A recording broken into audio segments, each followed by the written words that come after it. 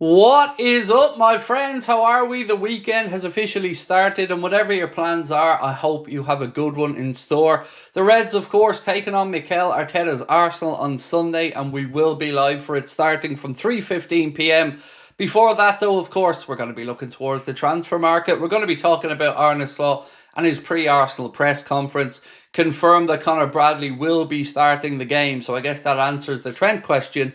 But what it doesn't let us know is Trent going to be in the matchday squad or not? That will come clear, I'm sure, over the coming days. Tonight, we're going to be looking at Jeremy Frimpong, as that deal does look like it's starting to edge a bit closer, and the parameters of how that release clause can be paid. Well, we'll talk through that tonight. We're going to discuss the latest on Liverpool's pursuit of Rodrigo, or should I say actually Rodrigo's pursuit of Liverpool.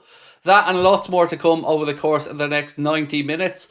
We want to know your thoughts on all these subjects, so do keep banging your comments into the chat. Appreciate you all coming in and joining me, and as soon as I let you know, but a quick word from our sponsors, we will be right back to get stuck into tonight's news. So, as always, we are brought to you tonight with thanks to our incredible sponsors, Manscaped. No, it's not Manscaped tonight, Craig. Let's pretend I didn't say that. What's up, everybody? Tonight we are proudly brought to you with thanks to our incredible sponsor, Surfshark, and I'll be back in 65 seconds after we'll let you know what the product's all about. This video is sponsored by Surfshark, the best VPN on the market. Surfshark is an app or browser extension that allows you to change your location to access websites in other countries and keep you safe from hackers. For example, we here in Ireland can access other countries' Netflix libraries, streaming services such as DAZN in Spain for those all-important Premier League games. Surfshark keeps you safe and private by protecting everything you do online. When your device connects to the internet, all that information is, in a way, blurred out. Surfshark is particularly useful for keeping you safe if you use public Wi-Fi, such as a college or a cafe. Surfshark allows you to use one subscription on unlimited devices, meaning that you can even share an account with friends and family. On top of this, Surfshark offers a 30-day money-back guarantee, so if you don't like it, you can even get your money back. Our sign-up offer gives you Surfshark VPN for just over €2 per month and up to 4 months free. Why not scan the QR code on screen or use the link in the description to take advantage of this offer. Right, my friends, we are back, and thank you as always to our sponsor Surfshark, and you guys, of course, for your patience. Right, let's get stuck into Arsenal. Let's talk about that. Let's talk about Mikel Arteta's boys and the Guard of Honour. He did confirm today, and in fairness to Arteta, he said Liverpool would be the best team this season. Did confirm they would be giving us a Guard of Honour. I always said that I expected them to. So fair play. Yeah, genuinely fair play. But I must warn you, the preview for the Arsenal game is going to come out tomorrow. And it is, well, it's the least professional. That's probably the right word. The least professional preview I've ever recorded, because, well, it should have just been called Craig Smugathon, in all honesty, because that's pretty much what the preview is. So, hope you enjoy it. It will be out tomorrow morning. Let us know your thoughts on it as and when you watch it. Right, so let's talk about, where do we want to start with tonight? I'm going through the news. I'm trying to figure out where the best start is. Well, you know what? Let's reward everybody who's coming in a little bit early. Give you the latest on the situation with Liverpool's pursuit of Jeremy Frimpong. It does look as if there are legs to this story. You know, usually at this point, when Liverpool has been linked with a player, we'd have certain journalists coming in poo-pooing the idea or saying there's nothing to it. But nobody's done that as of yet. Some people have been a little bit more broad-ranging in their language that they've used around it.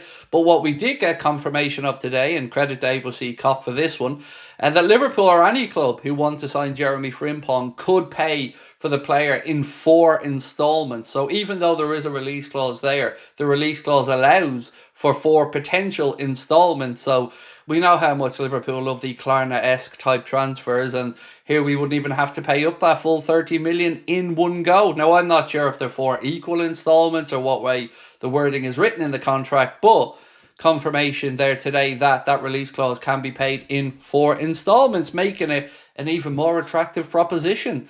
I get the feeling there could be some truth to this story around Frimpong to Liverpool, and the more I've thought about it, the more I can see some sense to it, especially if we manage to keep Joe Gomez. The reason I say that is because Joe's versatility could see him cover at right back in a pinch. But what are you guys thinking? Who do you think is the most likely one to come in on that right side? I mean, it looks like most Liverpool fans like the idea of Frimpong. Some have concerns. I'm not going to make out like it's 100%. I've chatted with people in my Discord group who feel that Frimpong just isn't the right type of fit. But again, I appreciate their viewpoints as well. Lovely to see so many people in the chat, by the way, just interacting with each other and checking in on each other and seeing how everyone's week has been and whatnot. I do love that. And while we're continuing on the good news and the loving, well, let's share a little bit for the Football Writers Association Footballer of the Year. Our very own Mr. Mohamed Salah has won that award, but you wouldn't think so if you went onto the Sky Sports app, because scroll right down through the app and it ain't there. I think it's on the Liverpool section, but not on the main page. He did win the vote. That was confirmed, and he had the highest percentage of votes for him this century. Almost 90% of those that voted for Mohamed Salah to be the Footballer Writers Association Player of the Year. And congratulations to Mohamed Salah, or excuse me, Player of the Season. Congratulations to Mohamed Salah on that one. Second was our own Virgil van Dijk, our club captain. Third on the list was Alexander-Isak. And funnily enough, even though Ian Ladyman voted for him, no Bruno Fernandes there in the top three, so those viewpoints must have been, well, just shared by Ian Ladyman and himself, to be honest. But he's a professional. He's a professional journalist. He's entitled to his vote, as strange as it was, but there you go. So yeah, congratulations to Mohamed Salah on that one. I think it's his third Football Writers Association Player of the Season trophy, so congratulations to Mo on that one. Also, Alexis McAllister has been voted the Premier League Player of the Month for April, so massive congratulations to Alexis on that, and the awards just keep coming. It is good to see Mo get that recognition, though, and by such a long margin, like 90% almost of those votes that went in were for Mohamed Salah. Right, evening Craig and gang, feeling good I hope, said Alex Macklin. Yeah, I'm genuinely excited for the game on Sunday. Normally at this point of the season, when you know the title's wrapped up and you have a few games to go, it's difficult. It's difficult to keep the positive energy and the momentum, but I do think it's fair to say that there are bragging rights at stake this weekend, and we're going to want to beat Arsenal in our own patch. We don't want to give them any encouragement or anything to be hopeful about going into next season. So for me, and I'm, do you know what? Let's ask a poll. I'm going to ask the chat. Does this game against Arsenal matter on Sunday? So I'm going to ask you that for the first poll of the night. Does the result against Arsenal on Sunday still matter? Right, so does the result against Arsenal on Sunday still matter? Yes or no? For me, it definitely does. If it was any other team, probably not. But the fact that it is Arsenal, and there has been that little bit of a spiky edge over the past few months to it, I'm going to say for me, yes, it very, very much does matter. But we'll see what the poll says when we come back to it in a while. I'm also intrigued to see quite how strong Arne Slot goes for this one. We do know that Conor Bradley is going to be playing. And sure, let's go through some of Arne Slot's press conference, actually. Speaking about Trent, he said, "I'm not here to tell the fans how to feel." Top man. Appreciate that, genuinely. That's what I want our manager to be saying. And I've said this all along. I do think that the club there is a bit of resentment from the club towards Trent. I don't know if anybody else gets that feeling. And I'm not saying there's anything personal between the manager and Trent. But you can tell by the way this is being dealt with by the club that they ain't happy with how this has panned out. Speaking about free transfers, Arne Slot had this to say. "If my memory is correct, it happens mostly with a certain club that brings in free agents, and you don't see other clubs do it that much." Shots fired, as he's talking about Real Madrid very clearly. He did then confirm that Conor Bradley will start against Arsenal. Went on to say, "Let's not compare Conor Bradley with Trent. They're also two very different types. We all see the potential. Very talented player. Unfortunately, hasn't been fit throughout the whole season. Become a good player if you have to be available every week." He said if Conor would have been available for the Chelsea game, he would have started the game, and that there's a fair chance he'll be starting the game on Sunday. Went on to speak about Trent to say if a good player is leaving, the next very good player will step up. And also, everyone who's a fan of Liverpool, disappointed he's leaving. A very good fullback is leaving. So that was the Trent Alexander-Arnold stuff that was covered by the manager in the press conference today. But again, let me know your thoughts on the team at the weekend. I think we're going full strength, personally. And I think it does matter. We also got the official announcement today that Xabi Alonso will be leaving Bayer Leverkusen. Bayer posted earlier on to say that after almost 2.5 years and during the most successful period in the club's history, our head coach Xabi Alonso will leave Bayer at the end of this season. Doesn't take a genius to work out where Mr. Alonso's next journey will be to, and that will be back to Real Madrid.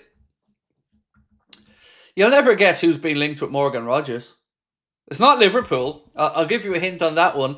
Not on this piece anyway, but apparently the likes of Chelsea, of course, have been linked to it. This piece here from Team Talk said Morgan Rogers is open to a move away from Aston Villa this summer, with the likes of Chelsea interested. Goes on to say that Aston Villa don't want to lose their £90 million rated midfielder, and that's where my interest in that story stops, because he's not worth 90 million quid. Football's losing its damn mind with transfers. On what planet is Morgan Rogers a £90 million midfielder? He's had a good season. There's no denying that. And he's definitely worth a lot more than they paid for him when they bought him in from, I think, Middlesbrough. But you can piss off with this 90 million quid valuation. Football's losing its mind. It seems like anyone that has half a decent season now is 70 or 80 million quid. It's mental. There's just no value there. And if anybody pays that much money for Morgan Rogers, they're deluded. He's a really good player. I definitely would take him at Liverpool, but that price tag is absolutely ridiculous. Ashley, how are you, my man? And thank you for our first super chat of the night. Appreciate you, my friend. Said, if both Nunez and Jota leave in the summer, is there a case to play Mo through the centre? There's always a case to play Mo through the centre in my mind, Ashley. We haven't really seen Arna try it yet, but let me try and link two things together for you, and we'll see if we can come up with a genuine way to play him through the middle. So Matt Thielen posted earlier on, and he said, expect Liverpool to do their due diligence on a potential deal for Rodrigo. But it's the second part of what Matt has to say that really intrigued me. He said, but let me make one thing clear. His team reached out to Liverpool and not the other way around. So look, we know Rodrigo has been linked with a move away from Real Madrid. We know that Liverpool had previously been linked with Rodrigo. But we always ask the question, well, if Mo's still here, where would he fit in? Do we need Rodrigo? So unless maybe Liverpool are going to tinker with the attack a little bit and maybe sell Diaz as an example, perhaps. But with Mohamed Salah on the right, I don't know. I think Rodrigo prefers coming in off the left, but we also have Cody Gakpo there. So your best guess, your guess is as good as mine, Ashley, as to whether we'll ever see Mo through the centre. But I certainly wouldn't be against the idea of it. You know, it's not unusual, as we say, for a player like Mo getting older to change position a little bit. So yeah, for me, I wouldn't be against it, but we've not seen Arna try it yet. Let's talk about Frimpong. So much to go through tonight. Actually, you know what? Let's get through some of your comments first. Arna wants a genuine number 9, said Alex. So when I'm talking about signing Rodrigo in this situation, for my thought process, he's not going to be a centre forward. I would say Rodrigo would only work if we were to, 1, maybe lose Diaz, or 2, be a secondary player to come in alongside an actual number 9. So if we sold, and I do think we do move on 2 forwards in this window. For me, it'll be a matter of Darwin and one other. Is that one other going to be Luis Diaz? Is that one other going to be Diogo Jota? I guess we'll find out. But on Diaz, there's certainly no shortage of interest in him. Stories doing the rounds again about interest from Saudi in him. So I don't really know what to expect. Liverpool and him are going to sit down in the summer to try and hash out a new deal. We do have a little bit more wiggle room with regards to Luis Diaz's contract because he's got 2 years to go. So Liverpool do have some scope there to, well, not kick the can down the road, but maybe not as urgent as Ibrahima Konate's contract situation, which, by the way, still doesn't look like there's been any breakthrough on. And that makes me really nervous. Like, genuinely not knowing what the future is for Ibu. isn't great because we finally got a centre-back partnership there that everybody's comfortable with. And I don't know what the club's plans are. If they have, well, look, I would imagine they would have a contingency plan if we lose Konate, but I'd also imagine they have another plan because more and more stories now about Kwanzaa leaving or being of interest to other clubs are coming up. Case in point, actually, do you know what? Let's stay with Diaz and then we'll move on to Kwanzaa in a second. So this piece here said, Diaz has concrete interest from Saudi Arabia, and Fabrizio Romano has confirmed there are strong possibilities for Diaz to leave Liverpool this summer. This is what he said. Liverpool would consider a sale if a bid worth €80 million or just under £70 million came in.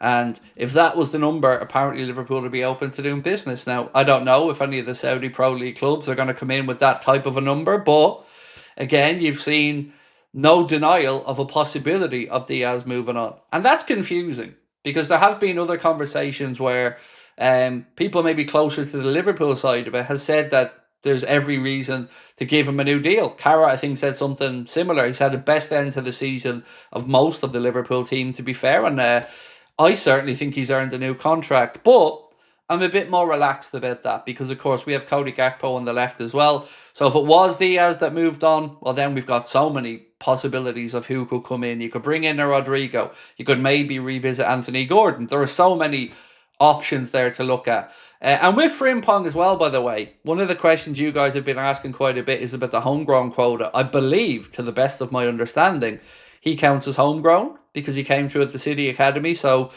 if I'm wrong on that, I apologise, but I think he fulfills the homegrown quota. But somebody else will have a better answer to that one than me.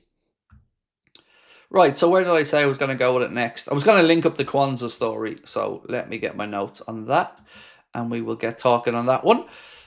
Stevie Boy, how are you, bro? Said, is there any possibility that Alvarez and Rodrigo joining Liverpool this summer?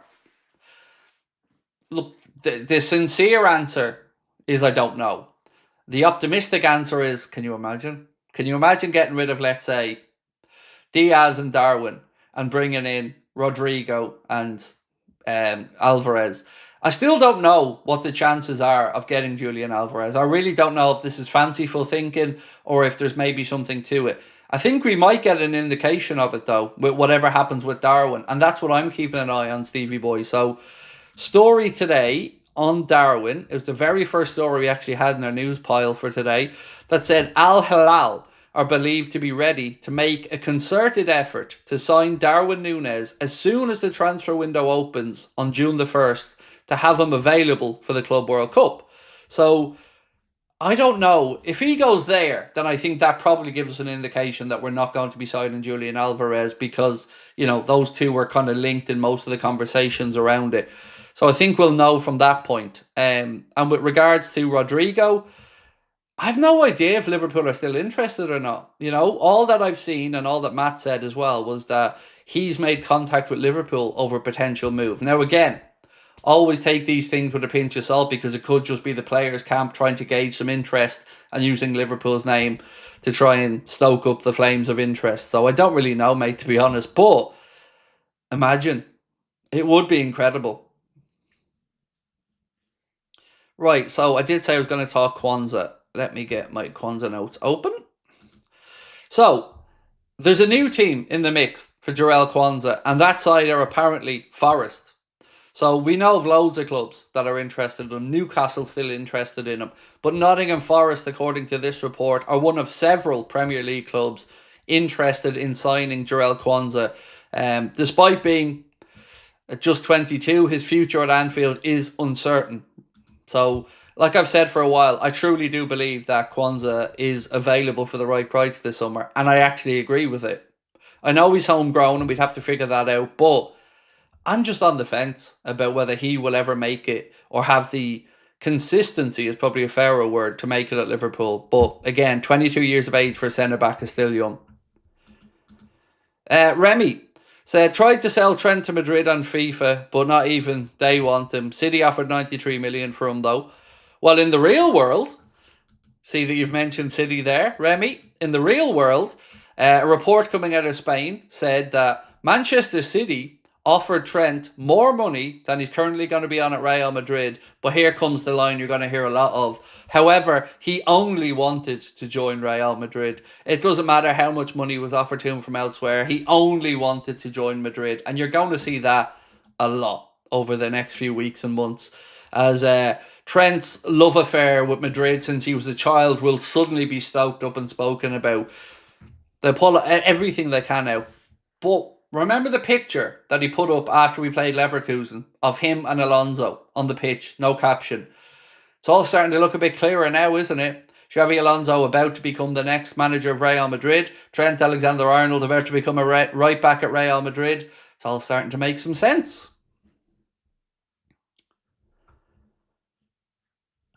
Dave, how are you, my man? Said, I thought it was harder to win a title inside a pandemic. I'll see you in Cork. Oh, you're coming to the Cork one? Nice one, Dave. Yeah, you know, only Arsenal can taunt other people about winning stuff during the pandemic, Dave. Apparently, if they won the FA Cup, that doesn't matter. No asterisks beside their FA Cup. M.R. Ragev, how are you, my friend? Said, any news on the Konate situation?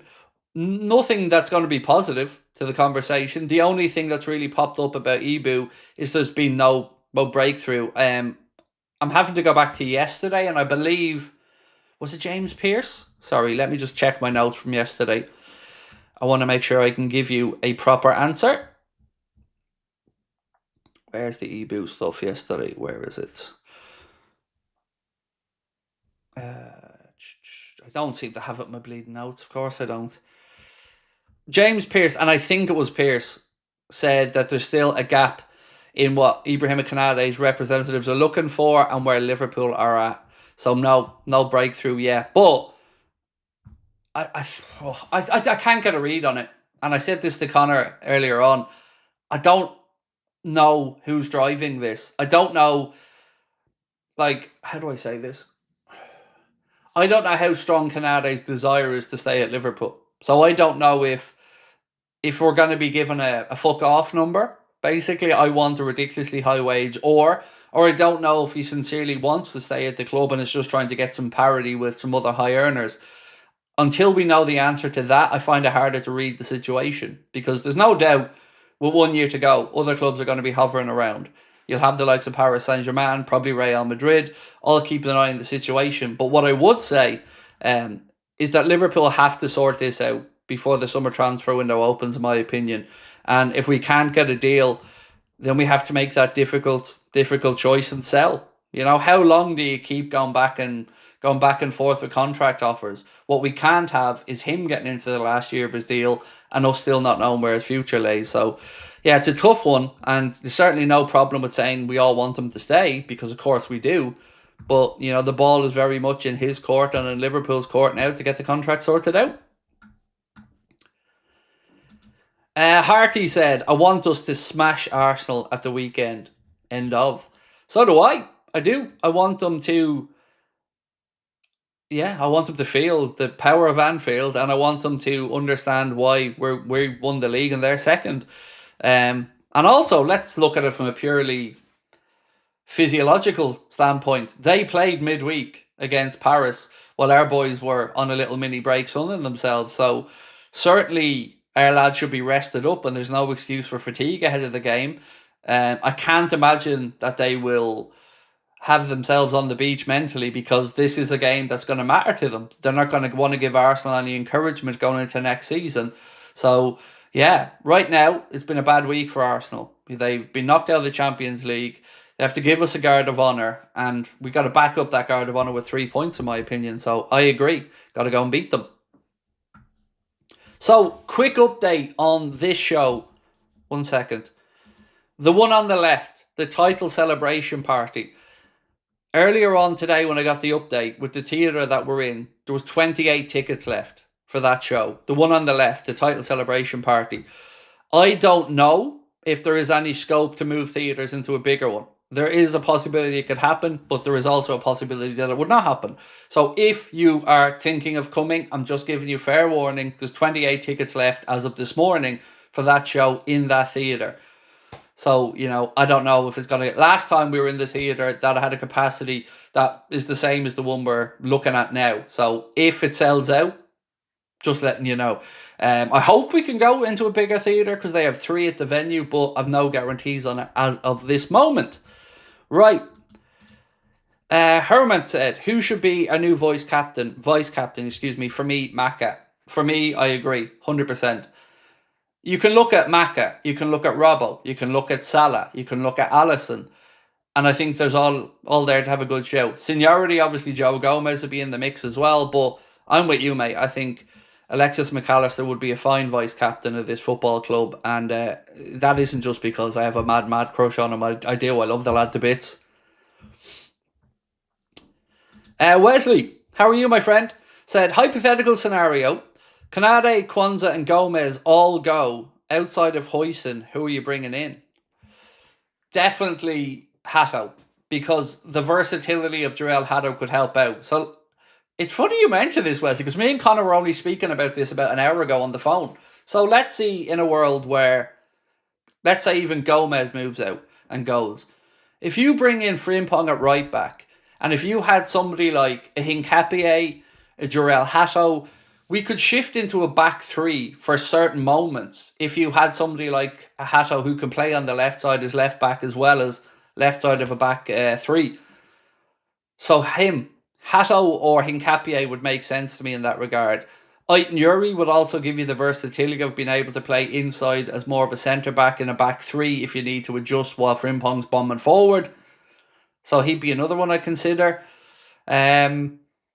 But Kirkes is the one I want at left back. But for me, if we need another centre back, you'd be looking at maybe a Mark Gay, because he's got 1 year to go. He's homegrown as well, and Crystal Palace will have to cash in on him.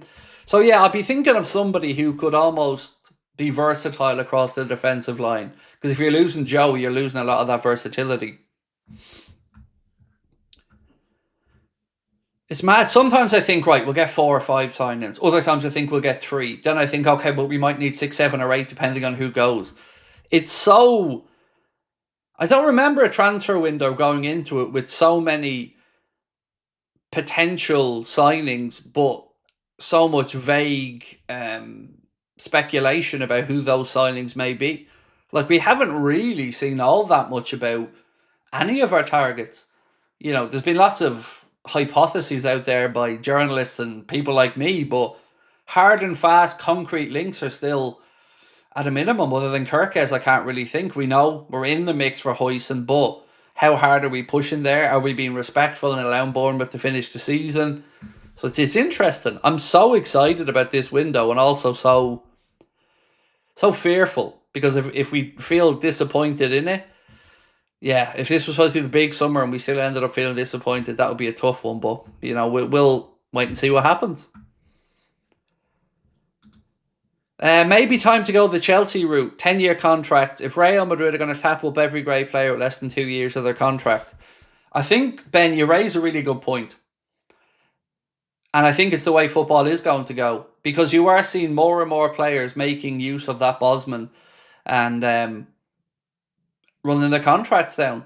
So, yeah, the necessary or the obvious thing to push back on that will be to try and get these guys on longer term deals. But I think you've more chance of doing that with a young player than somebody, let's say, who you're bringing in at 24, 25.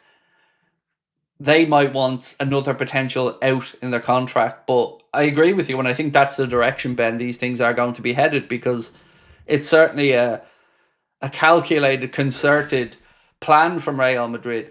Bring in young players on a low wage but pay a high transfer fee for, or bring in players who are established, pay nothing for them and give them a high wage. That seems to be the modus operandi of Real Madrid at the minute. Kev Parker said, Hato would be amazing if Kwanzaa left. It's great that there's quite a bit of choice for once in the market for defenders. Yeah, it's a good shout, that, Kev. There is. There's quite a few options out there. You could look at a Hincapié. You could look at a Mark Gay. You could look at a Jarell Hato, Kwanzaa, Aït-Nouri. There is no shortage. And look, I mentioned Aït-Nouri because, as I said, he can be versatile. I know he's thought of as a left back, but he can tuck inside. What about the young lad from River Plate, Mastuano? That guy, I think his heart is set on a move to La Liga, from what I can understand. I read an excerpt of an interview with him, and it said, understandably, as he is South American, that his desire to move to La Liga is there. I don't know if he's a particular club. I don't know if he wants to be a Madrista or he wants to go to the Blaugrana. I don't know. I just know that he wants to depart to Spain if he does move to Europe. Also, River Plate have actually denied any interest in Darwin Nunez. I was reading that earlier on. I think it was in the Echo. I'm almost certain it was in the Echo that they said they had a quote from the sporting director or one of the higher ups at River Plate who denied the interest in Darwin. So it looks like that isn't going to be an option for Mr. Nunez. Right, let's check the poll. Right, we've had over 1,000 votes, so we can end the poll. And does the result against Arsenal on Sunday still matter? 74% of people that voted said absolutely the result does matter. And I would put myself in that group of people as well. I didn't like us losing against Chelsea for various reasons, but Arsenal, we've got to go out there and get stuck in.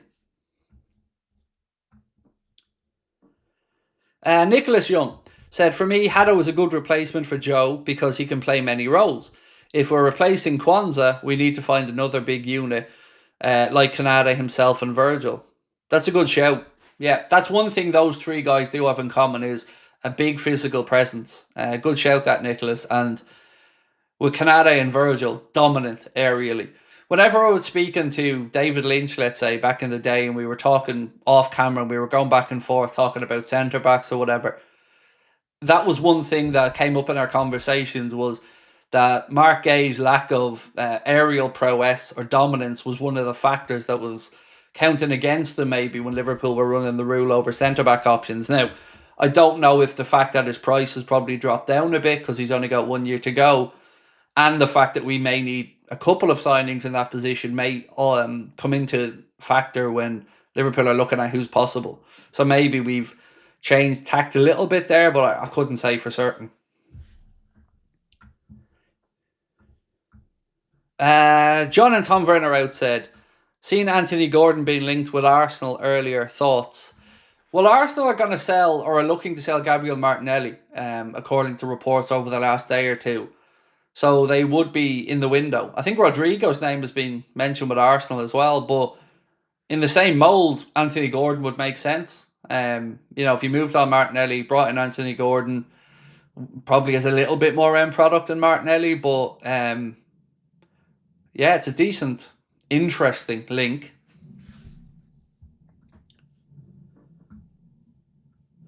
I said his name. I'm trying to be a nicer fella, Dylan, and I'm trying to look. Yeah, I don't want to get back into it. Sorry. I was going to just give you an explanation on something, but ultimately, I feel like if I'm saying something in a positive that I'm part of, I can say the name, if you get me. But ultimately, look, it's me here, journalists here. That's the way I look at it. And that line in the sand has certainly been drawn. Ian, Green Street, nice to see you in as well, my man. Right, here's the Konate story, actually. I knew I had something on this. So, TBR Football said Ibrahima Konate's desire to become one of Liverpool's top earners has created a significant issue in his contract talks, which expires next summer. The defender could be sold if no progress is made on a new deal. And it's common sense, right? You can't give him away for nothing. And if you can't break through an agreement with Ibu, well, then you're going to have to sell this summer. It's such a tough situation because you never want things to get snidey in these scenarios. But like if Konate was to say, I'm going to sit tight or something to run down a deal, then Liverpool could come back and say, right, but there's a World Cup coming up and sitting tight on the bench and not getting played is hardly going to give you a great chance of going and playing in that World Cup. So I'm intrigued. I hope we can find common ground with him, and I hope that he wants to stay at Liverpool because, I know all of our fans certainly want him to stay. Alec Carey said, after Chelsea winning, we cannot afford again to be beaten by a London team, especially in second place semi-final. I agree. Look, I don't want us to lose to Arsenal, full stop. I just don't. I don't want to give them or their fans anything to cling on to.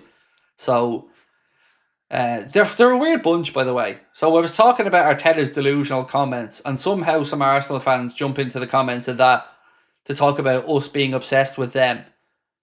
Their manager's the one coming out with stupid points, and somehow we're obsessed with them for calling him out on his stupidity.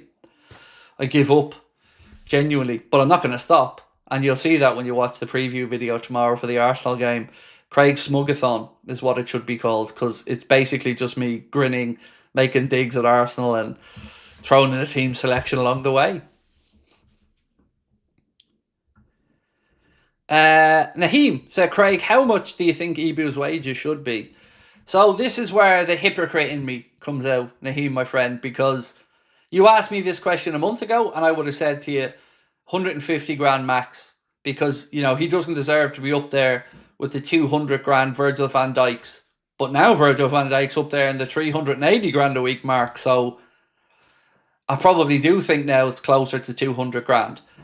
Especially that the leverage in this conversation is more so with the player if the club want them to stay. So somewhere between 160 and 200 grand would be acceptable in my mind. But again, I don't want to lose Ibu. I really, really don't. So yeah, somewhere in and around that would probably be okay with me. But I don't know where the club's thoughts are on it, because, you know, they can't just keep handing out pay increases to everyone. But he's earned it.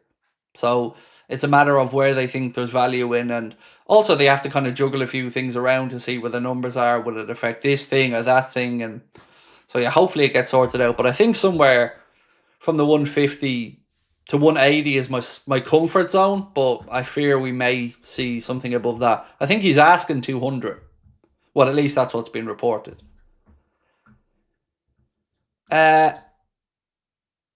Herman said, having exceeded expectations, the team now faces high hopes for next season, making it crucial for Edwards and Hughes to recruit quality players.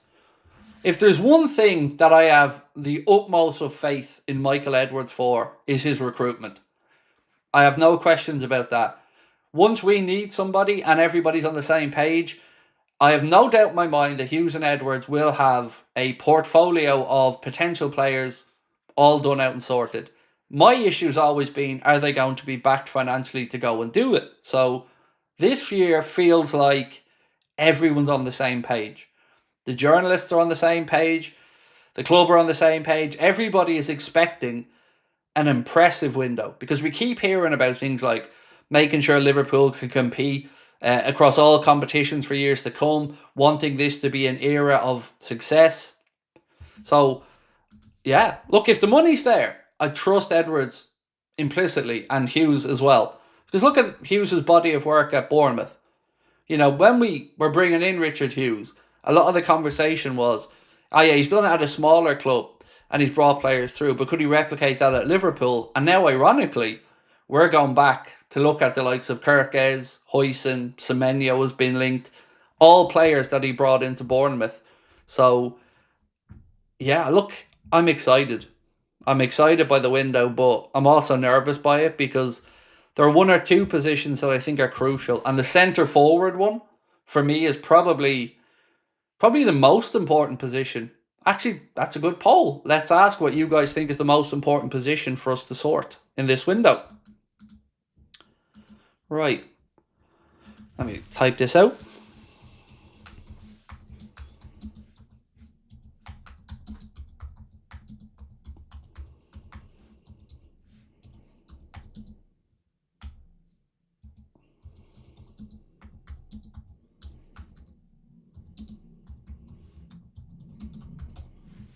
Right, so what's the most important position to sign a player for? Right, let's go start off with striker. Then we will go left back.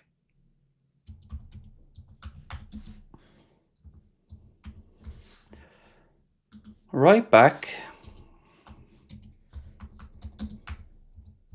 And centre back. I know some of these have crossover, by the way.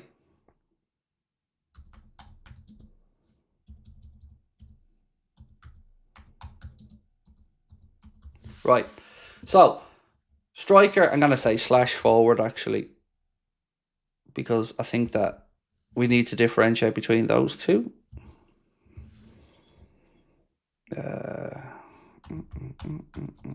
Right, so what's the most important area to sign a player in this summer? Forward slash striker, left back, right back, or centre back? If you think otherwise, maybe a midfielder or something, just throw it into the chat. But we'll put that up and again revisit in a while to see what people think. Let me just make sure it's gone up. Yeah, cool. Cool, good to go. Leon Sampson said right back, no question. Really? For me, 100% Leon, the answer striker. But look, that's why I put the poll up, right? Because we all look at this differently. Right back, we've got Connor Bradley and Joe Gomez at the minute as options. Kwanzaa still as an option, although not perfect. So for me right now, I'm saying the direst need is through the centre. Because even looking at the team for this weekend, you're again probably shoehorning in Diaz through the centre, or having to make do with an out of form Diogo or a Darwin who, Darwin's. So, yeah, I would say centre forward, my man. But again, happy for all perspectives to be taken into account, and that's why we're doing the poll.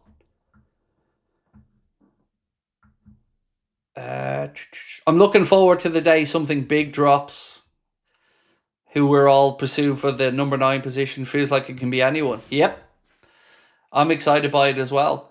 It's it could be so transformative if we get this right, the central striker. And again, right now, I couldn't tell you who I think's the front runner for that position. I don't know. I don't know if there's any chance of Isak. I don't know if this Darwin, Julian Alvarez thing is possible. I don't know if Ekitike has proven himself enough to justify the price tag that's been asked. I don't know if we've real interest in Benjamin Sesko. There's just so much up in the air that it's really, really interesting to try and figure out who it could be.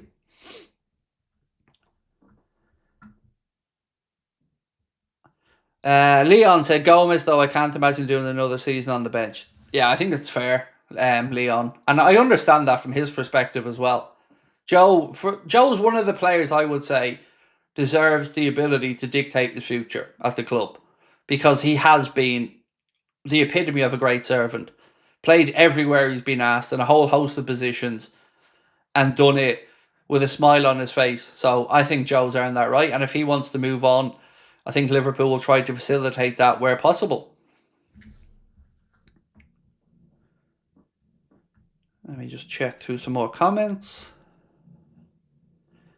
David Newell said, don't think Diaz is as effective down the centre. Nor do I. I agree 100%. I think you lose 20-25% if you're putting him central versus having him on the left. He always seems to... Well, he does drop deep. I'll give him that. He is good at dropping deep to try and pick up possession. And sorry, there's a firework gone off outside and my dog was in the kitchen crying. But hopefully it's stopped. Yeah, sorry. I think Harvey was a little bit freaked out by the firework. I don't know why the firework's going off though.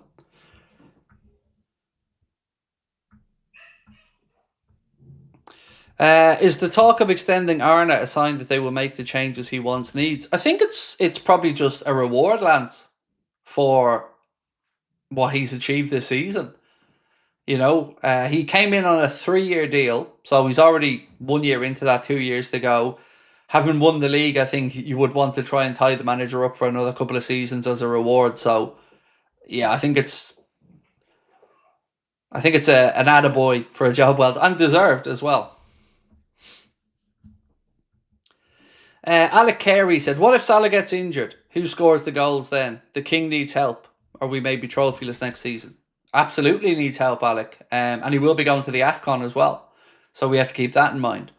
So yeah, that's why we're talking about the idea of, is Rodrigo possible? Will we bring in a creative midfielder to maybe help in that regard, or maybe somebody a bit more dynamic who can play behind the attackers to chip in? Will we see young Rio get a breakthrough and get an opportunity to get more chances next season? All of these things are fascinating. They really are. Now, what we do seem to know is that it won't be De Bruyne.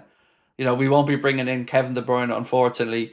That was a great 20 hours, though, while it lasted. Sonny said, would you give Diaz a contract in the summer? And if not, would you rather sell him for good money? Me, right now, mate, if I was in charge of Liverpool Football Club and I'm looking at the forward line, I would sell Darwin and I would sell Diogo Jota and I would give Luis Diaz a new deal. That would be, for my 2 cents, for what it's worth, that's what I'd do. Diaz, I just don't see the sense of selling him. You know, we know what he's about. He gives us something a little bit different to Cody Gakpo, in my opinion. He can drift over to the right if we needed to play him there. As long as we have a proper striker, Diaz could then go across and play on the right side if Mo needs a rest. So I would be looking to sell Jota and Darwin this summer and keep Luis Diaz. Give him another 2 years on his deal. Give him a pay rise. He doesn't look like his legs are going. If his form the second half of the season's starting to go by, then, you know, he's playing brilliantly. So, yeah, for me, I don't see the sense of looking to move him on when there's two players underperforming by a bigger margin in my eyes that I think should be moved on. And, of course, you can also throw into that with Diogo Jota, the injury record. So, for me, they're the two that I'd sell. And I do feel horrible, by the way, saying some of these things. Like, I don't like saying I'd sell Kwanzaa. I don't like saying I'd sell Diogo. But I'm trying to be honest. And football is ruthless. And sentiment hasn't done us well in the past. Even look at the way Henderson was rewarded with a new deal. And how did he reward the club for that? Well, he went off to save football and go on his live aid around the world. I'm one man saving football jaunt. So, yeah, I think it's just time to be ruthless and time to just focus on winning and whatever gives us the best chance to do that. And I think Diogo Jota this season's had a very underwhelming season. So I think he should go.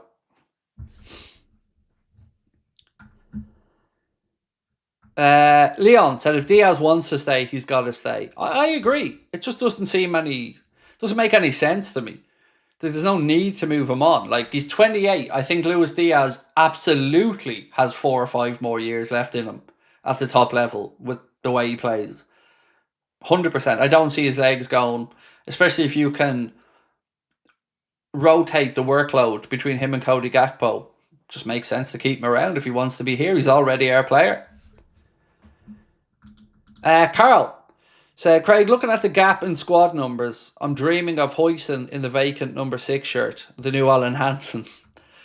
I'm just dreaming of Huijsen full stop. To be honest with you, Carl, it doesn't really matter to me where Arna wants to play him. I just think he'd be a very astute signing. My dream is for Konate to stay, sign Huijsen, sell Kwanzaa, and then see what happens with Joe Gomez. Because Joe's, to me, he's almost 1.5 players because of his versatility. So I'm intrigued. But for me, I hope Konate stays and I'd sell Kwanzaa. But I don't know about putting him in the number 6 role at Huijsen just yet. I'm intrigued to see when he fills out and becomes physically stronger, how he gets on. Stevie Boy said, still have my doubts with the summer transfer window. I can see us being left short in certain areas. So do I. That's why I keep saying I'll believe it when I see it, Stevie Boy, because we've never not had a window where we felt a little bit underwhelmed. Even going back to looking at the whole Alisson situation, you know, there was the stuff, what was his name again? Oh, who was the fucking player from France who we nearly signed and didn't sign? Who was pictured in the kit and all, names escape me. I have one of these every single stream. Yeah, somebody in the chat will rescue me. Yeah, Nabil Fekir, thank you. So yeah, we had one of those in that window where that would have been the great end to the window and we would have probably had less questions. But if you end the window on a downer like that, it can take some of the gloss off the other stuff. So in a dream scenario for me is we understand who's moving on quickly and we get them sorted with moves quickly and we act quickly to bring in players. So it's going to be very interesting to see what business, if any, we do in this 1st of June to 10th of June window. I wonder if that's going to be more where we make sales and then we see the additions coming in after that.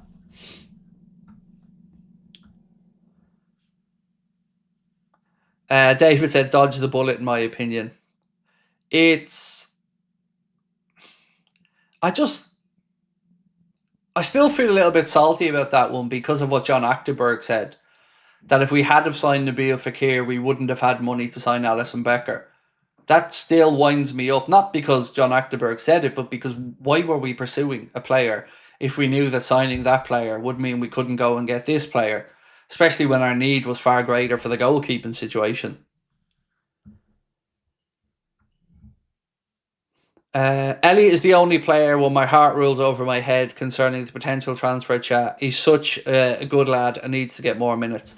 Even today, Leon, seeing the video of Harvey Elliott driving around the little golf cart when the lads were going out onto the training pitch at the AXA. I'm with you. My heart definitely rules my head with Harvey Elliott. I can understand the point of Arne Slot wanting to move him on. If Arne doesn't think he's going to be the guy, you know, his decision's the one that matters. But yeah, like yourself, I want him to stay around because I think he's a good player. I'm going to put an early shout out though. I can see him in a Newcastle shirt. I don't know if anybody else... Does this... Hang on. Maybe this would be a decent short for Connor, actually. So here's a question.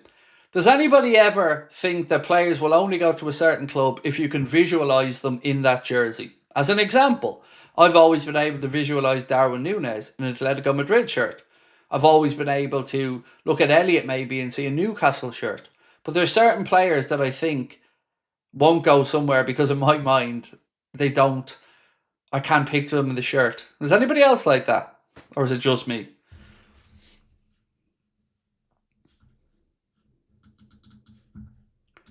One second.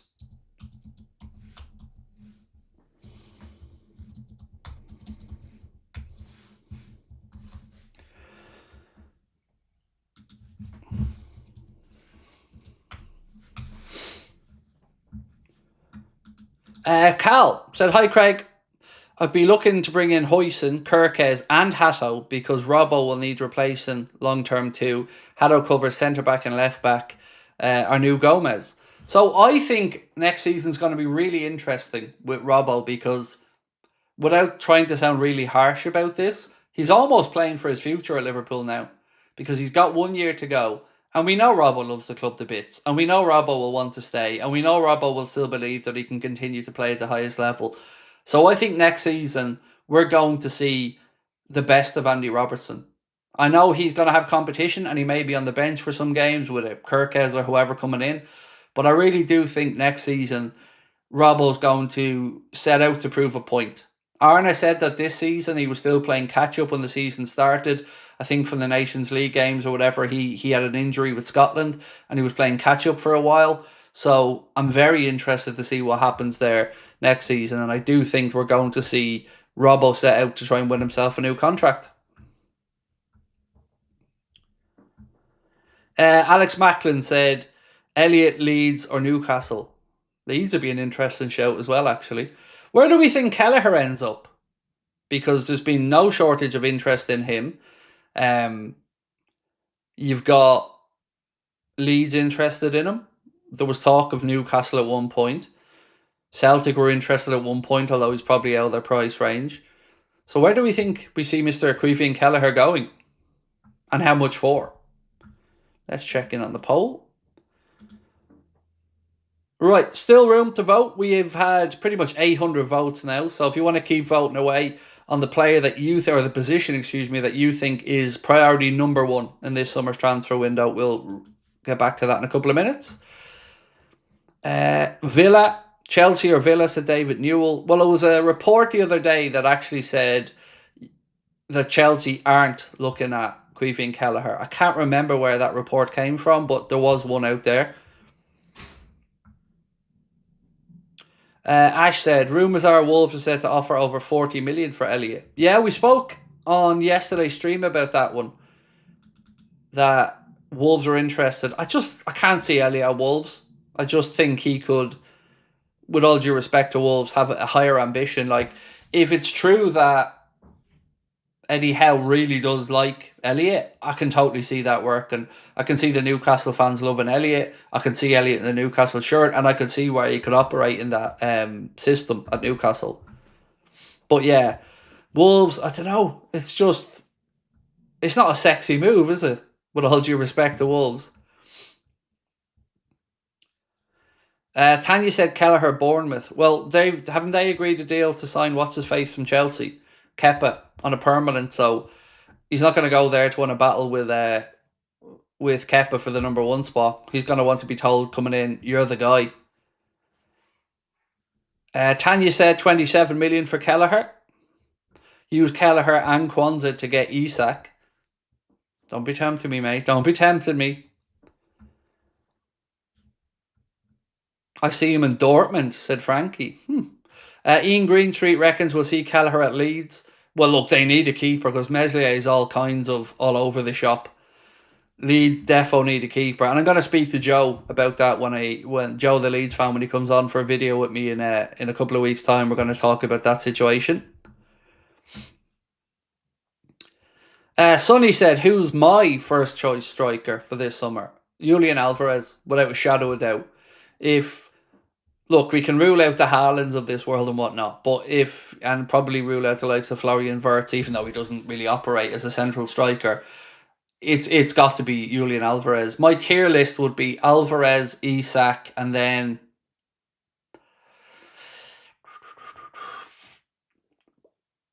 probably Sesko, if I'm being really honest with you. And I don't know if that's because I've seen more of him than I have of Ekitike, but yeah, I think that would be my top 3.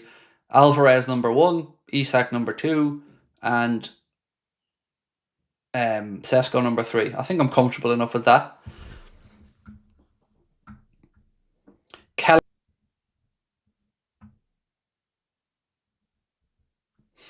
I prefer Ekitike over Sesko. Sesko can be very frustrating. He can, but he's not the finished product. I suppose you could make that same argument about Ekitike. I think it is down to my own naivety on him that I haven't seen enough of him. That makes me fearful of him. I remember even when Newcastle were bringing in Isak, they were looking around that time at Ekitike, and then he went to PSG, and of course, for whatever reason, that didn't work. It just makes me a bit fearful of it, especially with the new €100 million price tag that apparently has been put on his head, which is just stupidity.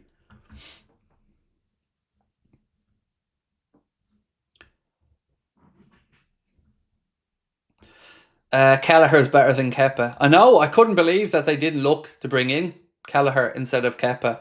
It should have been a no-brainer. Honestly, I don't know if it's Andoni Iraola having faith in his Spanish counterpart there with Kepa, but I'm with you, Kev. There's no competition. Kelleher's a better goalkeeper.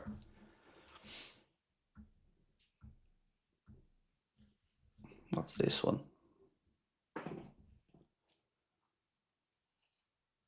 Okay.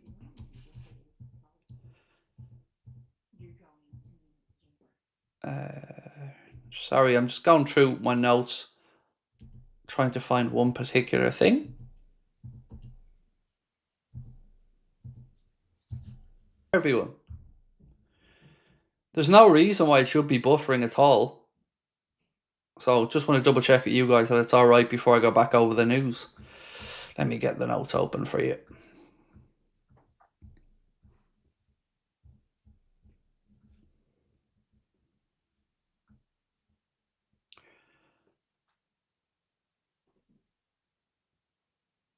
So it is lagging. I've seen someone say it's lagging. That's frustrating because it's not lagging from my side. I can promise you that. I'm hardwired in. So there's an Ethernet cable straight into my computer. So it's not a Wi-Fi dropper at my end. But I have noticed a couple of times it's spun a little bit. But anyway, look, I'm going to carry on. But thank you for bearing with me. So the situation with Frimpong is pretty much this. There's been multiple reports again today linking Liverpool with a move for the Bayer Leverkusen right back. We also now know that Xabi Alonso has confirmed a departure from him for Leverkusen. So he was not even there for Frimpong to say, look, I want to keep playing under Alonso. We know that Alonso's not going to want to take Frimpong with him to Real Madrid because, of course, Trent Alexander-Arnold's gone to Real Madrid. But a really interesting key point came out earlier on today when it was said that you could pay for Frimpong in 4 installments. So even though there's a release clause at €35 million or just under £30 million, you could pay that in 4 installments. So that's what has me very interested. That would make it even more likely, in my opinion, that Liverpool would lean into the potential of signing him because, you know, if it didn't have to be paid in one lump sum up front, that makes it even more feasible to do because you don't have to pay that whole release clause. So it's looking very, very likely that he's the most likely to come in at right back at this moment in time. Yesterday, there was a report that said that Manchester City were pushing really hard to sign Wesley from Flamenco. They want him before the Club World Cup. Tino Livramento was another name that was linked with Manchester City. So I'm wondering, are they kind of gone off in their direction and then Liverpool gone off in our direction, and our direction being Jeremy Frimpong?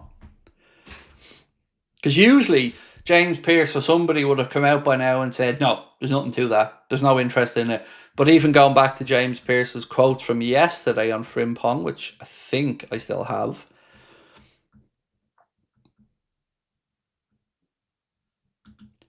He said, Liverpool are going to have a look at their options in the market. I know Frimpong has been mentioned as a possibility. So that was James Pearce speaking with The Athletic.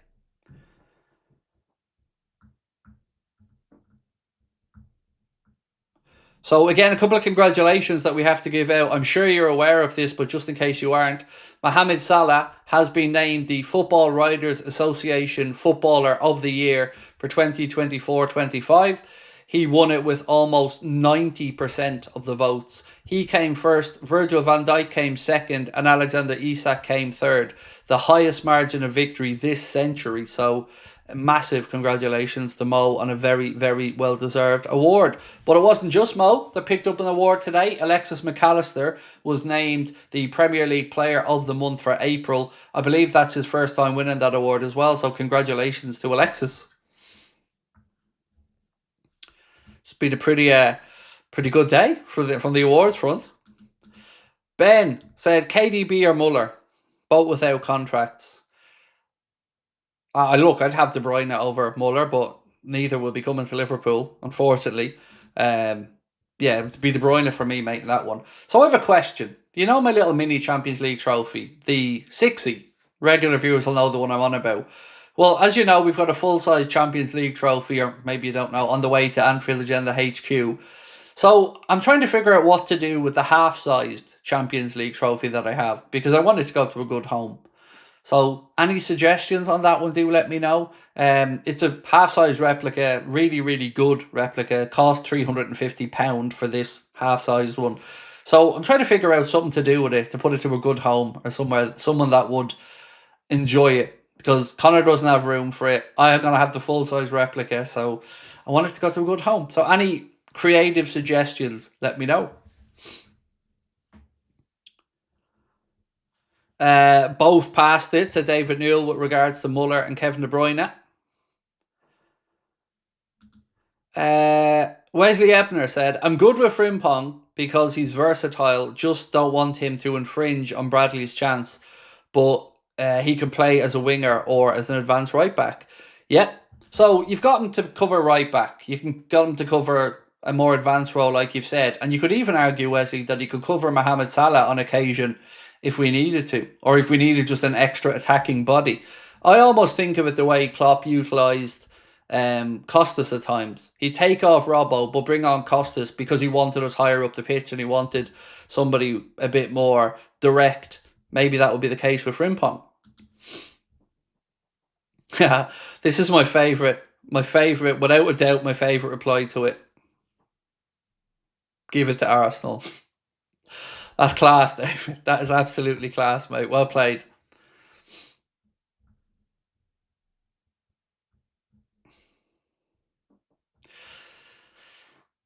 Donated to AFTV, said no mad.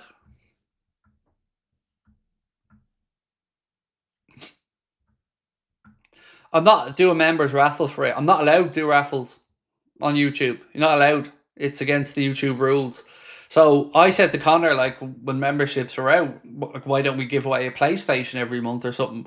And we're not allowed to do it. It's against the rules of YouTube. I know others have done it and gotten away with it once or twice, but yeah, it's against you can have your memberships cancelled if you were to even do a raffle or something like that. So as much as I'd love to do that, it's against the policies and I'm not allowed to do it. So yeah, I was thinking more maybe like a youth club or a local Liverpool supporters club, or something along those lines. Who would put it on their shelves or in a pub, or something simple like that is kind of what I was thinking.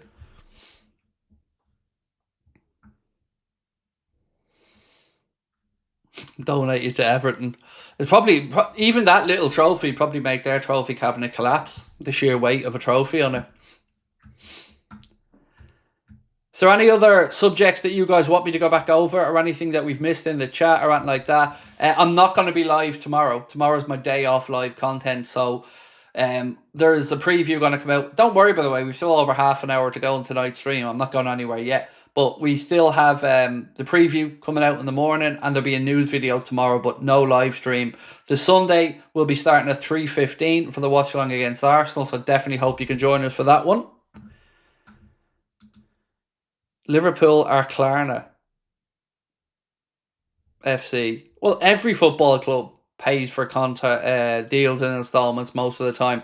And even the ones that, let's say you have to pay the release clause all up front, like the Soboslai deal. Well, a lot of times football club will just take out a loan from a third-party lender and then spread it over 4 or 5 years anyway, or refinance it in a different way.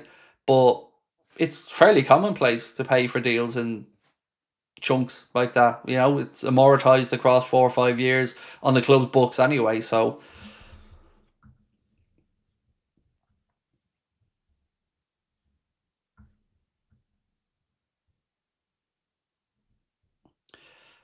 will Lee Gunner be appearing for a preview? No, we haven't actually had a chat about that at all, to be honest with you. We were chatting to each other during the week, but we never mentioned the previews or anything like that. I don't really want to rub it in with him either, to be fair. It'd be tough for him to come on and it would just be me bragging. I wouldn't do that to him, in fairness. I like him too much for that. No, so probably not.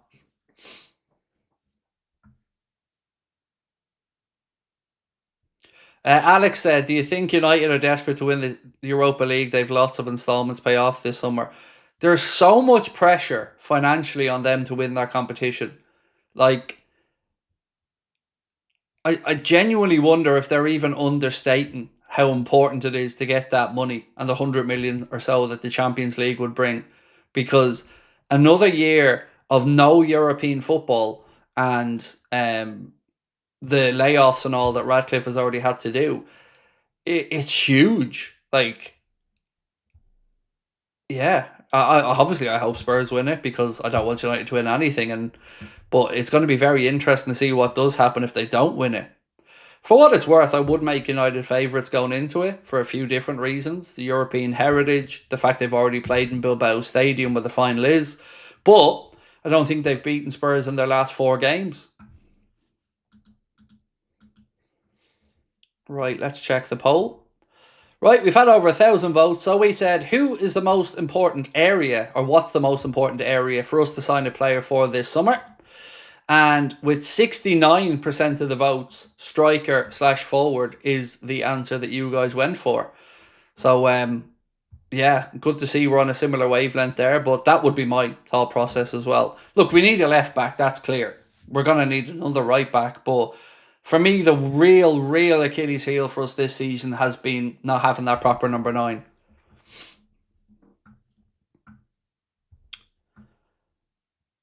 Alex Hardy said it'd be absolutely brilliant and hilarious if Spurs win it, especially with Arsenal lost out. Definitely. Can you imagine the fume if Arsenal had to sit there and watch Spurs parade the European trophy around?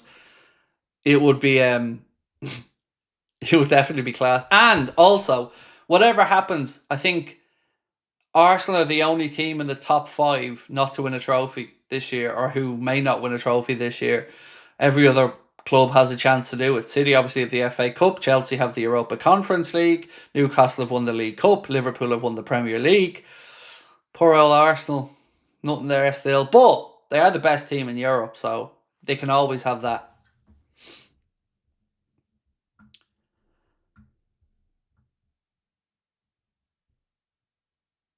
Craig, you do some type of raffle at the title party.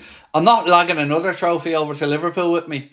For the title party, we're already bringing the full-size Premier League trophy over with us and mini Premier League trophies like, oh, it's not here, to give away to people as well. So I've no room left.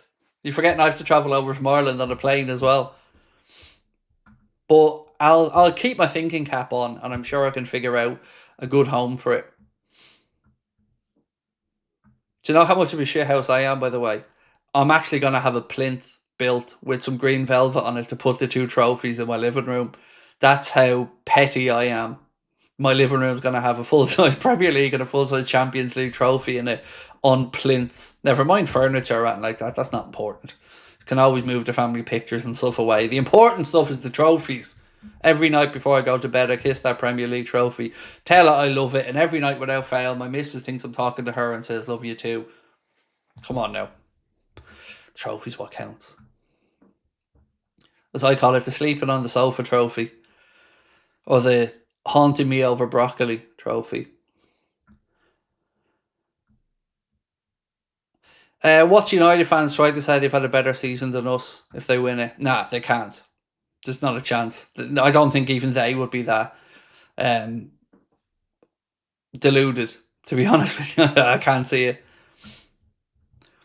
Where did you buy them? Which ones? I bought the mini trophies off Temu.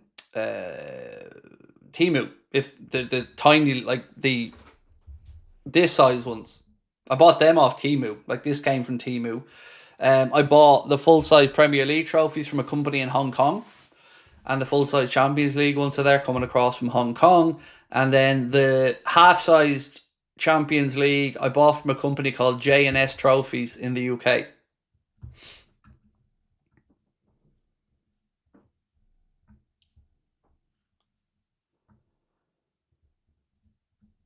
I looked for some trophies on Temu. Can't find the big ones, only small ones. Oh, you won't find the big one on Temu. No. They don't sell them on Temu. You'll only get the small little ones. And we have 10 of them that we're bringing over to give away to people at the live shows. The big one I had to go hunting for and found it on eBay via a company that has another company that's over in Hong Kong. So I have the full-size Premier League one, and the full-size Champions League one is en route at the minute, along with 2 Premier League winners' medals. So yeah, eBay is probably your best bet if you're looking for stuff like that. And also, if you want to get in contact with me, I can give you the seller's link via email. So if anybody emails contact at AnfieldAgenda.com, I can send you the link. I did promise the guy I'd highlight his channel as well, or his eBay business. So if anybody does want to be put in touch, this guy has every trophy you can think of. Oscars, Tony Awards, World Cups, German titles, Spanish titles, Super League trophies, Premier League trophies, Europa League trophies, Europa Conference League, German Cup, everything you could think of, Olympic medals, anything that you think can be made from metal or from resin, this crowd make. Do you know what? I haven't, Adam. I was only thinking about this last night. You know, funny you mention it, Adam. I genuinely sat to myself last night and thought, I haven't really looked or pushed much on Joe, much likely, to be honest, because we've been trying to make sure the shows and stuff are sorted out, and it is in the back of my mind, Adam, and it is something I'm going to check back in on. But thank you for the reminder. Lilith Production said, honestly, I predicted this season really well. I said it was going to be either the Premier League or the Champions League, but not both.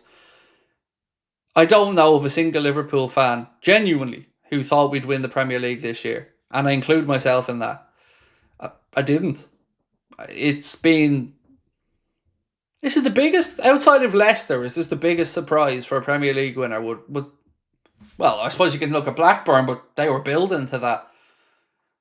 Let's say since 2000, is Liverpool's win this season the biggest upset or the biggest surprise? of a Premier League winner. Because I can't think of another one that maybe Antonio Conte's first year at Chelsea. They started off the season quite poorly. We beat them at Stamford Bridge. Then he tweaked his system and they went on this mad run. But would that be fair to say? Liverpool, probably the most surprising Premier League winners? No, we're not going all the way back to talk about Leicester City. That's in a league of its own. Ben Howard, welcome to Anfield Agenda Ultras as well, by the way, Ben. Thank you. I'm still top of the Irish guys' prediction league. Ooh, interesting. Maybe I could just tell him he has to start calling himself number 2 or Iverido, the second Irish guy. Nah, bald is the way. He hasn't been in touch either, by the way, so, I'll be keeping track. I've got the receipts, don't you worry about that, Michael.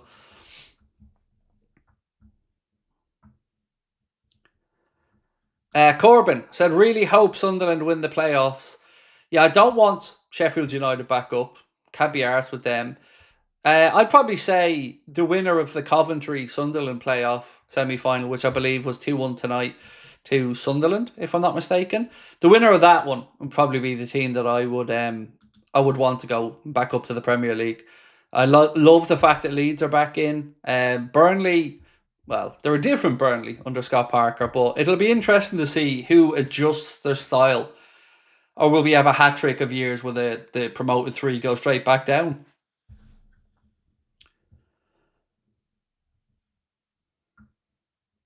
The Liverpool Prophet said, shame how all 3 promoted teams will probably end up getting booted straight back down. Well, this will be the 3rd in a row, so I hope it doesn't happen. I want Leeds to stay up. I can't lie, I do. I want Leeds to stay up and re-establish themselves in the Prem because it feels like that's where they should be. Steve T, thank you so much, my friend. I don't know if you accidentally didn't put the comment in or you just wanted to send in a super chat. Anyway, thank you. Really appreciate you. Oh, another little update. Our record has now been broken again for views on a month. We've now have 8.1 million views in the last 28 days, which is a record for the channel again. So thank you to everyone for the continued support. If you can, do drop a like on the stream for me and hit that subscribe button. And again, not to try and scaremonger anyone, but as I mentioned earlier on, the title celebration party, last day of the season show, limited number of tickets available as of this morning. So don't hang around if you are going to come. The show on the right still has some scope. I think there's still 50 tickets or so left for the reunion one on the right. But the other one, it's selling really, really quickly. And as we get closer to the last day of the season, I can imagine they're going to go like that. And I don't say that in an arrogant way because genuinely this has surprised the shit out of me that they're selling as well as they are. So yeah, we may be able to move it into a bigger theatre, but I don't know for certain as of yet. What kind of money do we have to spend? Said Stephen Shupping. I don't think that Liverpool ever go into the transfer window with a budget, if that makes sense. I've always been led to believe from anyone I've spoken to, be it journalists or other people in football finance, that Liverpool's plan is, what do we need? And then they go from there. So what do we need? Is this player value? Is this player affordable? What's the asking price? What are the wages? I don't think it's a case of here's Liverpool have 150 million, go out and spend it. Because let's be honest about that. If you're an owner, if you said to somebody, here's 150 million quid in any walk of life, if you ran a company and said, here's your budget for the year, spend it, they spend it. But if you ask what they need and you work off that accordingly, it's probably a safer way of doing stuff rather than just going, here, have this pile of money and go and spend it. But what I can say is we could spend 200 million quid net and not be in any PSR difficulties or anything like that.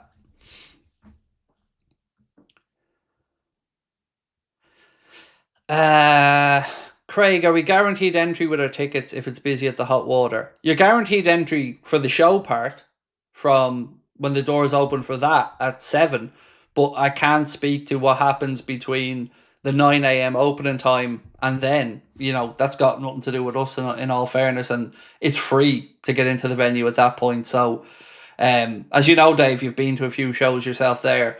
There's different areas of it. So whoever has a ticket to the show, of course, is going to be allowed in, but I can't speak to whether they'll be allowed in at 2 in the afternoon if the venue's rammed.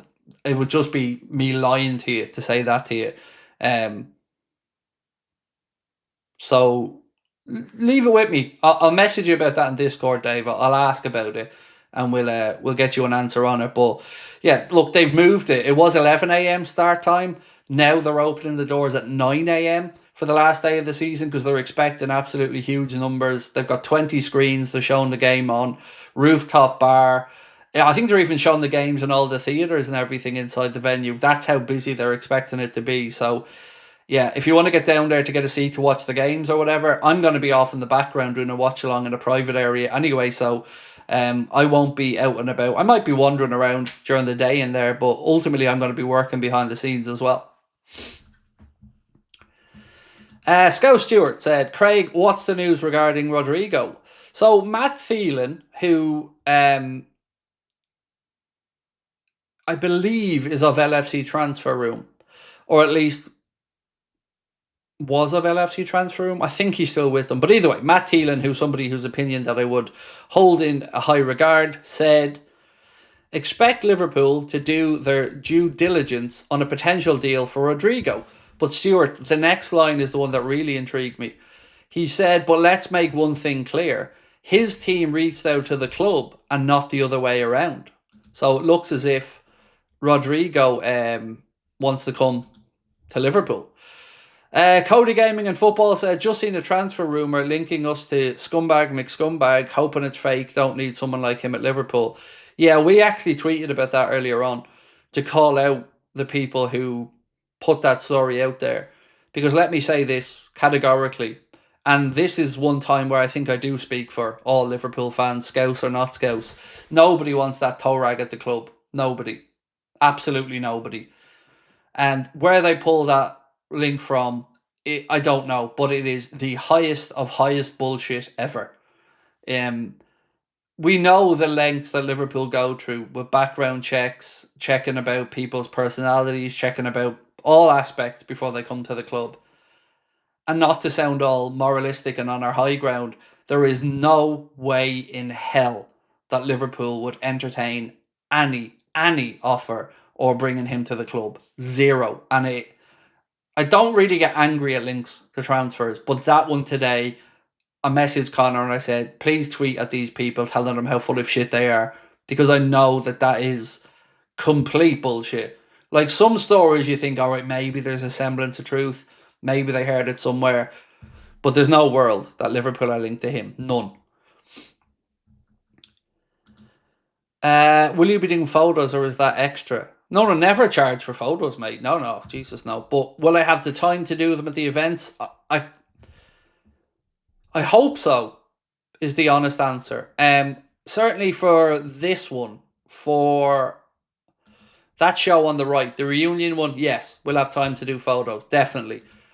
It depends on the other one, how busy the place is and all, because obviously security have to be there as well on standby just in case. Every show I've done so far in any venue, absolutely, I've taken an hour afterwards to make sure we get all the photos taken and have a chat with everybody. I'd never charge anybody extra, mate. You're coming along to say hello anyway. The least I can do is take a few minutes of my time to have a photo and have a quick chat with you. So, yeah, it won't be, there's no money going on or anything like that, mate. Don't worry about that. So, yeah, but look, most of the time people catch me walking around the venue or anything. So if you just see me, stop me. If you want to have a chat and have a photo, man, I'm an approachable guy. I'm there to chat with people. So let me know when you're there who you are and let me know your username so I can put a face to the name. TOTT2KZ1 said, hi Craig and everyone in the chat. Sorry I'm late. Just finished work. What's the news roundup, mate? Don't forget everyone to buy an AA merchandise. Look, I don't care. If people like stuff, buy it, brilliant. But I don't like putting the hard sell on anyone for anything. I don't even like the idea of selling the merch too much, to be honest, because I'm terrible when it comes to the business side of our channel, because I'd give everything away for free and do gigs for free. I'm not arsed about money. As long as we've enough to pay our bills every month, I'm happy. So, yeah, if there's something that catches your eye, great. If it doesn't, all good.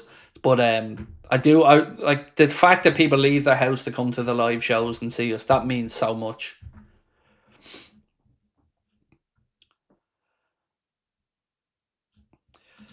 Are you going to be selling merchandise at your reunion show? No.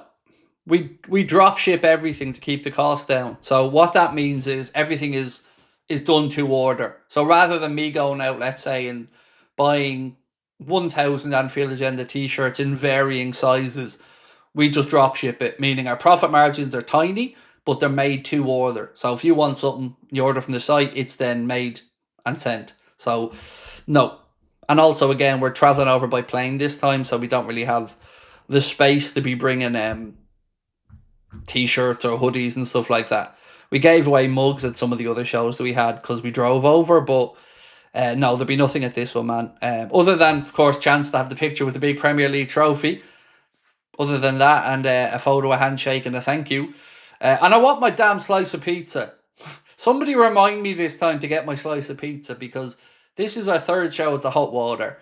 And I always pass by the pizza slice place on the way in and think, I must get one of them. And then by the time I finish the show, it's always closed. So somebody remind me to get myself a slice of pizza. Saltman, are you coming to one of the shows? Mate, if you're coming to one of the shows and you're coming from Australia or anything, dude, let me know. Jesus, the very least I could do in that case is have a drink with you and have a chat for a half an hour or so. Because we know people have done it before, by the way. We've had people come from Australia, we've had people come from Poland, we've had people come from Boston. And if anyone's making that kind of a journey over, please let me know. Because I want to make it memorable for you and I want to spend time with you and I want to say thank you to you for that journey. So if anyone like that is making a trip, do let us know, because my God, we appreciate it. Joey, I'd like to come see you in Ireland. Joey Kellaher. Well, Joey, my man, we've just booked a show in Cork coming up August the 8th. It's the Friday night before the Community Shield. We're going to be down at the Cypress Avenue venue in Cork. It is an 18 plus event, but they are on sale at the minute. And again, you can see the link in the description or at the top of the chat tonight. That has all of our social links, all of our show links and stuff like that in it. So hope to see you there. Sonny said at one point, I forgot Federico was even a Liverpool player. Jeez, do you know what? Even tonight when we were talking about the transfers and potential players moving on or whatever, like your good self, Sonny, he slipped my mind tonight when we were thinking about it. So yeah, there could be very well 3 spaces in that Liverpool attack. Fuck, that's mad. Yeah, it slips my... Like, when we're talking about selling players, he never pops into my head. It's a shame he never got more games. It is, definitely. What about a slice of broccoli? No. No, the fat man ate broccoli once, and you've seen what it did to me. What time does your title party end? I'm coming from Greenock via the trains. So we always end the title party one. So this is the show. We always try to end them at about 9:30. So the venue, and so any kids that are coming in, they have to be out of the venue by 10. So we always try to end the shows about 9:30. Let the kids come up first if they want, grab a photo or whatever. So then they can leave the venue and then we can spend time mingling. So for the title winning party, show will probably run 7:30 till about 9:15, because it's just me for that one. The reunion show is going to run a bit later because there's 5 of us, but for the last day of the season show, it's just going to be myself on a microphone. So I'd say about 1:45 for that one.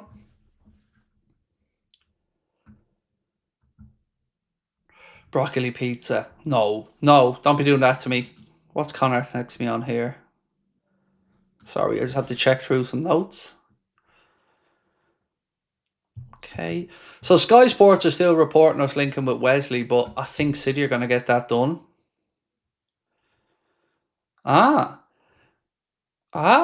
Okay. You know the way I always tell everyone to watch the late night video? Watch the late night video. Because I haven't had time to go through this information enough to talk about it now in detail.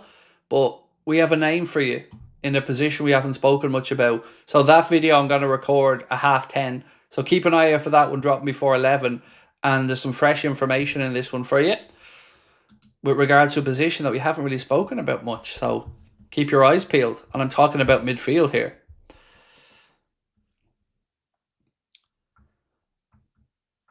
What else we got? Oh, Craig, you teased. The reason I can't talk about it now is I haven't read through it. I haven't proofread it. So believe it or not, these shows are, I know they look like they're off the cuff all the time, but I spend 4 hours preparing for each night show between reading through the links, putting them in a particular order in the chat. Yeah, it's ridiculous. For something that looks so off the cuff and unplanned, I put in way too much effort for each show. Yeah, I'm forever on my fucking phone. If you looked at me at home, you'd just see me reading my phone from one end of the day to the next. Saltman said, "Hey Craig, my wife and I are coming to your show on the 28th. So excited. We'll also catch the Brighton and Palace game, leaving us next week. Please email me, mate. Please do, Saltman. Email me, contact@AnfieldAgenda.com. I want to make sure we meet up, mate, and spend a bit of time with yourself and your wife. You're coming all the way over to see Liverpool and you're coming to our show as well. Do please let us know, and we'll definitely have a chat with you on the 28th beforehand, if possible. We'll have a drink and a chat for half an hour or something, man. That would be a pleasure. Please do email me, because I honestly, I'm so humbled. I know you're probably coming for the game, I know, and this is a happy add-on and all, but man, it means so much to me, so thank you. Why can't Chiesa substitute for Salah when he's at AFCON? So, Kev, to the best of my understanding, the situation with Chiesa isn't resolved as of yet. There's a report that said his agent is in Liverpool either now or in the next couple of days to sort out his future. Surely it's going to be a move away, because it would be a big change of direction from our manager if he suddenly starts playing them next season. Now, look, it could be a positive one and one that we don't welcome, but it does feel like the likelihood is that he leaves.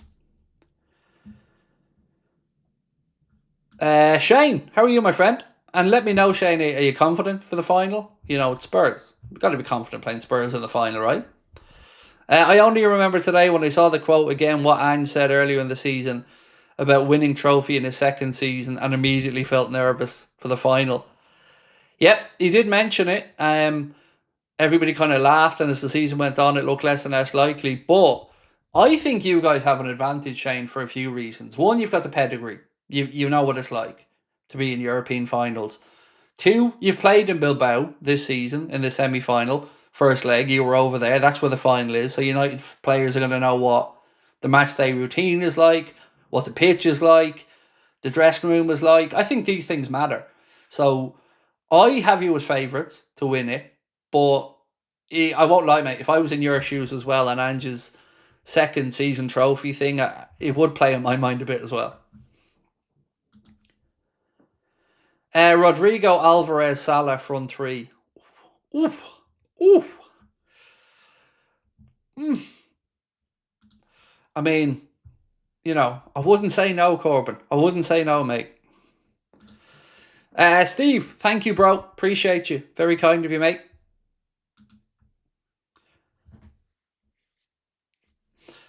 And coming to see you on the Sunday, then spending the night in Liverpool and watching the parade the next day. What a weekend that's going to be. That's class, Lilith Productions. If you are looking for a good place to watch the parade from, Rooftop Terrace in the Hot Water Comedy Club is on the parade route. So, yeah, they're opening from 9 a.m. that morning as well for the parade. So if you fancy somewhere where you can get a bit of food, have a drink and enjoy it up in the rooftop bar or whatever, keep the venue in mind, because I know that they are opening for the parade. It's up on the website if you want to have a look at Blackstock Market, Hot Water Comedy Club. They're opening 9 a.m. It's going to be fun. The city's going to be jammers. I mean, I must be the only arsehole flying out of Liverpool today in the parade. I must be the only idiot leaving Liverpool the day of the parade. I must be. Surely nobody else is that stupid. I have a show on the Sunday, flying home on the Monday, and flying back in on the Wednesday for another one.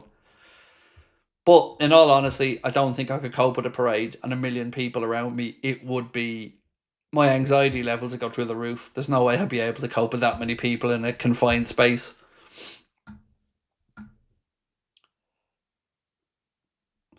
You can't get it to work. Which one? The super chat? Just put your comment in, Steve, and I'll read it out for you, bro. I mean, look, mate, me and technology are shocking as well, so I'm not going to be judging anybody. But throw in the comments, Steve T, and I promise you, mate, I'll bring it up onto the screen for you, as I know you sent the super chat in and I appreciate your support. Spurs have a secret weapon, said Dave. No Harry Kane. Do you know, they also have no James Maddison, which is a big loss to Spurs. You know, you're looking at them and thinking, where is that creativity going to come from? You know, they've got Brennan Johnson, yes, Kulishevsky to some extent, but Maddison is a player who can cause problems if he's on it. So if I was a United fan, I'd be happy that Maddison won't be there for the final. Do you agree with Wenger coming out and saying whoever wins the Europa League shouldn't be allowed in the Champions League? No, it's fucking stupid. Absolutely. I agree with Ange Postecoglou on that. I think it's a very fair reward for winning the Europa League. Absolutely. It's been something that I've always enjoyed the potential of when we were in the Europa League. So, yeah, it's fair reward for winning that competition. I think it's common sense. And the fact that Premier League teams are going to have 6 teams in the Champions League. Well, last year we didn't get the extra spot. We missed out on it in the Prem. This year we've got it, and it so happens there's 2 English teams in the final. So, no, I think it's stupid. And there are far more things that we could be sorting out rather than that. I think that's a very good reward for imagine Bodo Glimt, as an example, went on and had have won the Europa League. They're into the Champions League group stages or into the league format. That would have been incredible. And same for Spurs and United this season. Their league campaign's been an absolute shit show, but they still have a chance in Champions League football if they win the Europa League. So, no, I think it's brilliant. And I think the same if you win the Conference League to get into the Europa League. I think these are very good incentives, and I wouldn't want them changed as a football fan.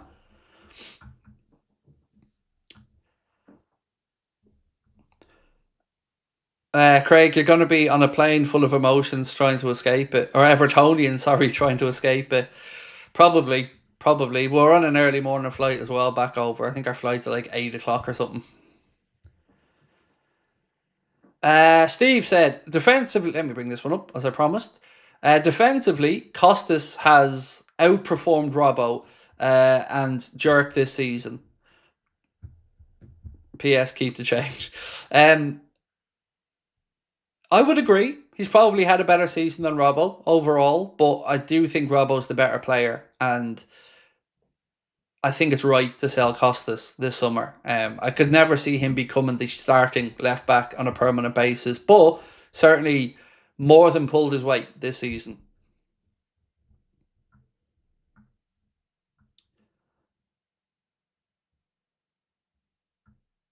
I think I might agree with Lee's argument a bit. If your team finishes 16th and wins a trophy, they've had a better season than a team who finishes second with no trophy.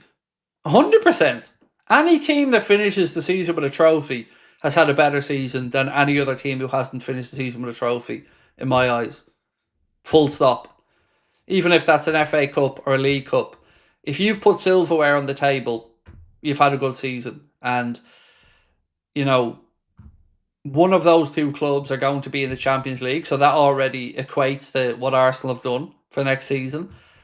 So yeah, they've had a better season than whoever wins the Europa League has had a better season than Arsenal. I would agree with that. I don't know how everybody else feels, but trophies are trophies. Shane said he only said it because the 2 clubs that were his biggest rivals as Arsenal manager had a comfortable lead going into the second leg of a semi-final. I've lost a lot of respect for Wenger in recent years. It's just a completely transparent bit of saltiness, as you've said, Shane, from Arsene Wenger. If this was Bodo Glimt, who looked like they were going to go through, and let's say it was, I don't know, fucking a Spanish club, yeah, he wouldn't be mentioning it. Right, ladies and gents, I'm going to go record this exciting late night video because genuinely I'm buzzing to talk about the story that Connor's just sent me over. So give me 2 or 3 minutes to read through it all and prepare for it. But that news video will be out before 11 o'clock and we're going to be talking about a midfield target. So I will chat to you guys on Sunday. I'm not live tomorrow at all, taking the day off live content. The preview, or the Smugathon as I've called it, will be out at about 10 a.m. We'll have a news video tomorrow as well. But next time I'll be live will be Sunday at 3:15. And again, thank you to our sponsor, Surfshark. Thank you to you guys for joining me tonight. Have a wonderful weekend. If you can, drop a like for me before you head off, and we will talk soon. Much love, my friends. Bye-bye. Actually, do I have any polls to close down? No? Sweet. Much love, my friends. We will chat soon. Thank you for watching.